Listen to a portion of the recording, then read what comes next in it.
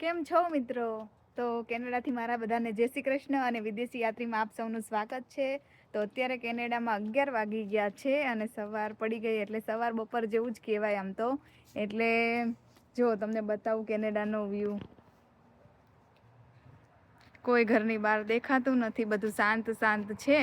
કાલ હેલોવીન હતું તો સામેના ઘરે ડેકોરેશન કરેલું છે.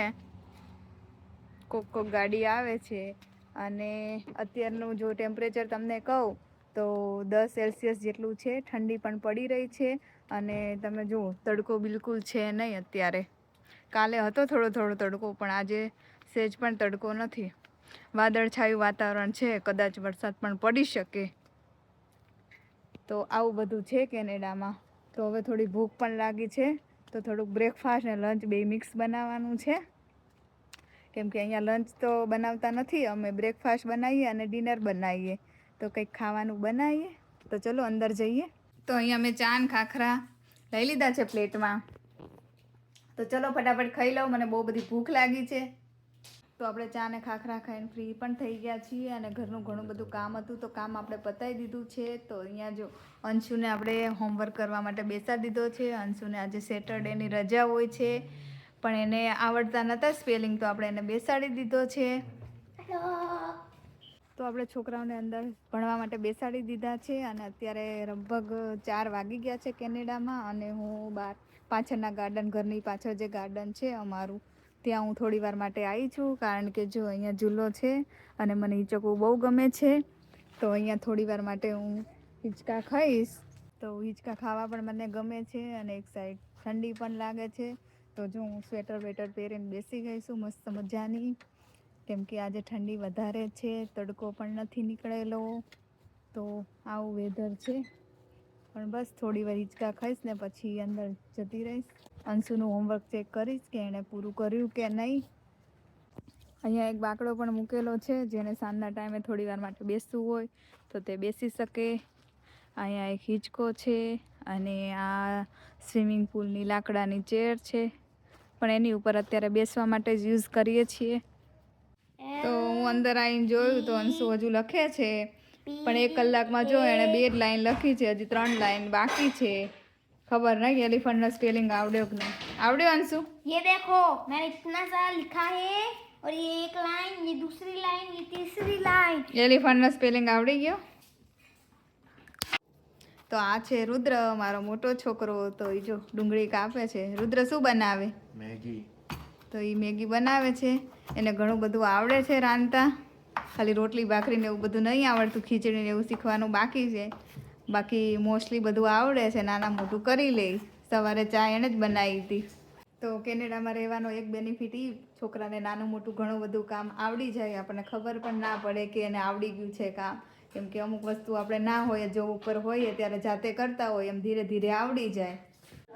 અહીંયા જો અંશુભાઈ નોટ ચોપડા બધું સાઈડમાં મૂકી દીધું છે અને સામેની સાઈડ ચાલે છે તારક મહેતા કા ઉલ્ટા ચશ્મા. તો વાંચવાનું તો અંશુભાઈ વાંચવાનું મૂક્યું પડતું અને ટીવી જોવાનું ચાલુ કરી દીધું છે.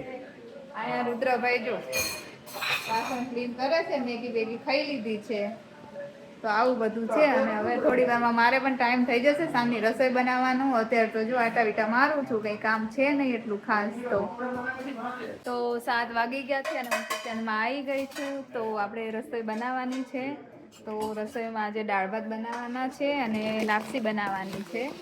તો જો ભાત લઉં છું. આપણે આ ભાત તમારે બનાવવાના છે ઇન્ડિયા ગેટ સોના મસૂરી રાઈસ. તો કેનેડામાં અમે આ ભાત ખાઈએ છીએ, સારા આવે છે. જે લોકો કેનેડા રહેતા હશે એને ખબર હશે. ખીચડીમાંય વપરાય ને ભાતમાંય વપરાય, બંનેમાં વપરાય. તો મિત્રો મેં અહીંયા બંને કુકર મૂકી દીધા છે, દાળ અને ભાતના. અને સાઈડમાં લાપસીનું પણ પાણી ગરમ કરવા મૂકી દીધું છે. તો આપણે હવે ભાતમાં મીઠું નાખવાનું છે, તો ભાતમાં નાખી દઈશું. સાથે સાથે આપણે દાળમાં પણ નાખી દઈશું. અને હું જ્યારે દાળ બાફું ત્યારે એક ટમેટું કટ કરીને પણ આપણે નાખી દઈએ, એટલે દાળ મસ્તની મજાની મસ્ત બની જાય. તો અહીંયા લાપસીનું પાણી મારું ઉકળી ગયું છે.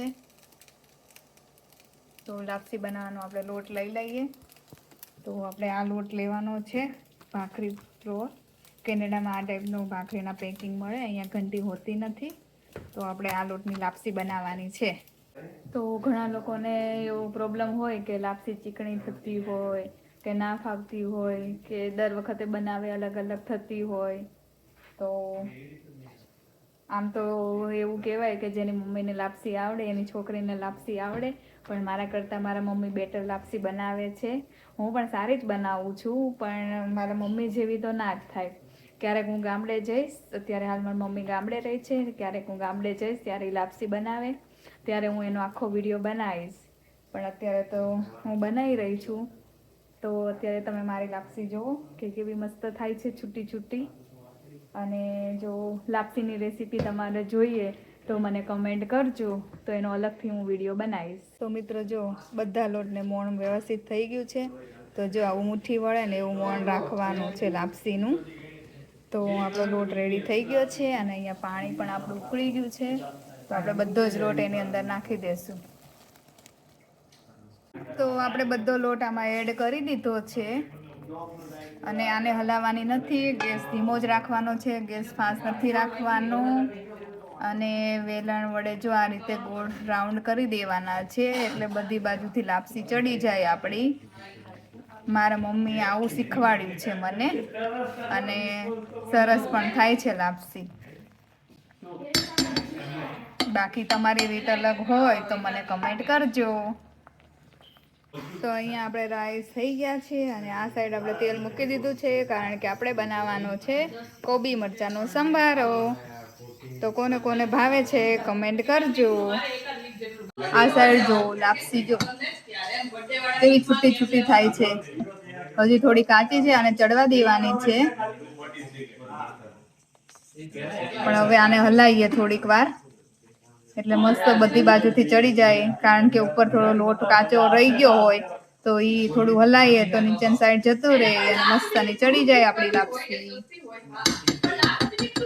જો મિત્રો અહીંયા કોબીનો સંભારો મસ્ત ચડી રહ્યો છે, મને બહુ ભાવે છે. તમને ભાવતો હોય તો કમેન્ટ કરજો. મસ્ત મજાનો સાંભારો આપણો. તો મિત્રો આપણે અહીંયા દાળના મસાલા થઈ ગયા છે મસ્ત મજાના, અને દાળ પણ ઉકળી ગઈ છે સરસ. તો અહીંયા મેં દાળનો વઘાર કરવા માટે કળશી મૂકી દીધી છે, એમાં ઓઇલ પણ નાખી દીધું છે. તો આપણે આટલા સૂકા મસાલા નાખવાના છે દાળના વઘારમાં, કેમ કે કાઠિયાવાડી દાળ હોય તો મસાલા વગર મજા ના આવે. તો આપણો દાળનો વઘાર થઈ ગયો છે, લગ્ન પ્રસંગમાં હોય એવો વઘાર કર્યો છે મેં દાળનો. આપણી લાપસી રેડી થઈ ગઈ છે અને ગેસ પણ બંધ કરી દીધો આપણે. અને હવે આપણે આમાં ઘી નાખવાનું. તો ઘી અમે ઘરે જ બનાવ્યું છે. કેનેડામાં હું પહેલાં ઘી તૈયાર લાવતી હતી પણ મજા ના આવી, તો હવે અનસોલ્ટેડ બટર લાવીને ઘરે ઘી બનાવીએ તો મજા આવે, આમ સારું બને. તો મેં સાંજનું જમવાનું રેડી કરી લીધું છે. એમાં આજના ડિનરમાં છે લાપસી, સંભારો, દાળ અને ભાત. રોટલીની આપણે રજા રાખી છે, કારણ કે પહેલાંના જમાનાની જેમ, કેમ કે પહેલાંના જમાનામાં લોકો ગુંદી ગાંઠિયાને એવું હોય એટલે દાળ ભાતને એવું ચલાવી લેતા હતા, લોકો રોટલી નહોતા કરતા. તો આજે લાપસી છે તો રોટલી નથી બનાવી આપણે. તો હવે અમને બધાને બહુ બધી ભૂખ લાગી છે, તો અમે જમી લઈએ. છોકરાઓને પણ ક્યારનું જમવું છે, તો જમી લઈએ. ચલો. તો જમતા જમતા અહીંયા ચાલુ થઈ ગયું છે કોણ બનેગા કરોડપતિ. તો કોને કોને ગમે છે આ એપિસોડ જોવો તો કમેન્ટ કરજો. मैं तो ऐसा कहूंगा अपने दर्शकों. તો આપણે મસ્ત મજાનું જમાઈ ગયું છે, અને હવે જો કામ આટલું બધું પડ્યું છે તો આપણે અહીંયા ડીશ વોશરમાં આપણે બધા વાસણ નાખી દેવાના છે, એટલે મસ્ત મજાના ધોવાઈ જાય. તો હવે અહીંયા કામ બામ બતાવીને ફ્રી થઈ ગયા છીએ, અને હવે જવું છે થોડી વાર માટે ચાલવા. તો જો સ્વેટર પહેરીને રેડી થઈ ગયા છીએ. તો આજના વ્લોગમાં આટલું જ. ફરી મળીશું એક નવા વ્લોગ સાથે. ત્યાં સુધી આવજો.